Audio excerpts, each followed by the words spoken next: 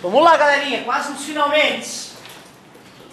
Pois então, não dá para confiar só no desenho, é fundamental ser bom em desenho. Aliás, estava errado, tá? Aquela hora eu deixei vocês conversar e não estava respondendo a pergunta do colega, mas vocês erraram, certo? Não façam mais isso, vocês sabem do que eu estou falando.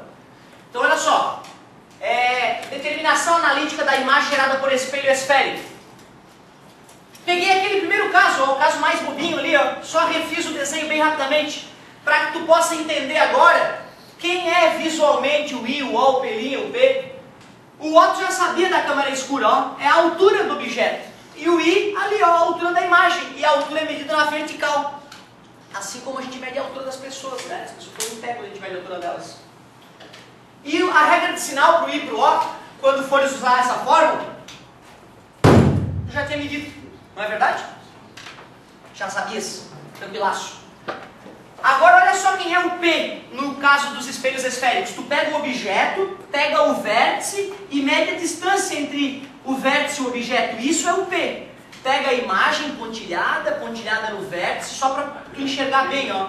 Não é obrigado a fazer a pontilhada, eu estou fazendo a pontilhada para não desenhar uma linha em cima da outra, né? Essa distância é o P', essa distância aqui é o P. P e P'. O F eu te mostrei lá no começo da aula quem era o F, né? Tu tanto pode medir do vértice ao foco, como do centro de curvatura ao foco, tanto faz. Como é que é a regra de sinal para F, P e P'? A regra que eu gosto de usar para a galera, que é uma regra bem prática, que é difícil errar quando estamos falando em espelhos, é aquela história da infância, né? Escuridão é medo, é pavor. Aliás, não é só infância, tem muito marmanjo, muito adulto que se borra quando está no escuro, certo? E isso é algo instintivo e evolutivo. As pessoas que não tinham medo do escuro morriam mais do que as pessoas que tinham medo do escuro. As pessoas que têm medo do escuro geram mais filhos. Hoje quase todos têm medo do escuro. Uma coisa óbvia, né? O Darwin é foda. Então o Darwin explica por que as pessoas têm medo do escuro, que as pessoas têm soluço, porque as pessoas têm espirro, né? Entre outras características. Por que os elefantes fogem da água quando tem terremoto, né? Certo? Não é porque eles sabem que vai ter tsunami, né? É algo evolutivo. Certo? Como? Um soluço, na verdade, cara, evolutivamente eu não sei explicar. Mas biologicamente eu sei. Quando a gente respira, tem um músculo lá dentro, diafragma, né, que faz como uma ampola, como uma seringa, né, que faz tu encher de água ou esvaziar sem estar se percebendo, certo? Então, quando esse músculo fica descompassado com a musculatura que estende o pulmão e espreme a caixa torácica para o ar sair e entrar, quando esses músculos ficam descompassados, a musculatura do pulmão está fazendo o pulmão ficar maior e o diafragma está empurrando, né, o abdômen para cima, aí dá uma errada ali, certo? Na verdade, a explicação evolutiva através da teoria darwiniana eu não sei. Mas pergunta de biologia, tem alguma explicação evolutiva para o soluço existir hoje? De repente é uma pergunta legal, certo? Galerinha, olha só. Determinação analítica da imagem, o maior perigo que tu encontra é na regra de sinal. E se na regra de sinal tu lembrar que P, P' e F está do lado da luz, positivo, está do lado das trevas, negativo. Simples assim. Não vou explicar melhor. Nesse caso, a posição objeto está do lado da região onde tem luz ou não? Sim. Então o P dele é positivo.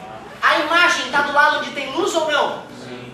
P' dela, positivo. Mas olha aquela imagem ali, ó.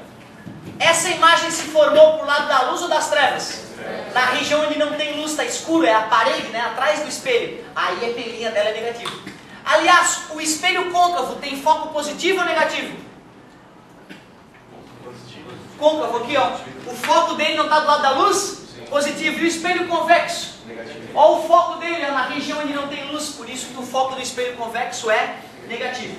Galera, para ficar igual as duas salas, eu sou obrigado a passar uma tarefa. É verdade, eu deixei nas duas salas eu fiz a mesma coisa, eu não fiz o exercício, certo? Uma tarefinha mínima para cá seria eu te falar o seguinte, ó. Um objeto tem 10 centímetros de altura e está a 5 centímetros de um espelho côncavo, cujo raio de curvatura é 30 centímetros. Calcule as características da imagem. Eu quero saber então o P', quero saber o F, claro, quero saber o I e quero quero saber se é virtual, real, maior, menor. Então, ó, lá na outra sala eu consegui escrever o probleminha. Um objeto de 10 centímetros encontra-se a 5 centímetros de um espelho côncavo com raio de curvatura 30 centímetros. Certo? Determine as características da imagem. Eu, para poder agilizar aqui, o camarão não ficar puto comigo, eu só coloquei sintetizado o probleminha, certo? Uma tarefinha bem simples, tá? E galera, ó, para quem teve problema na tarefa, procurem vir na assistência sempre, certo? Não que eu não vá fazer uma correção ou outra no quadro, não é esse o problema. Mas é que o grosso das dúvidas a gente tem que acabar tirando na assistência. Como vocês veem, né, muita informação pra gente, né, não podemos deixar de passar essa quantidade absurda de informação.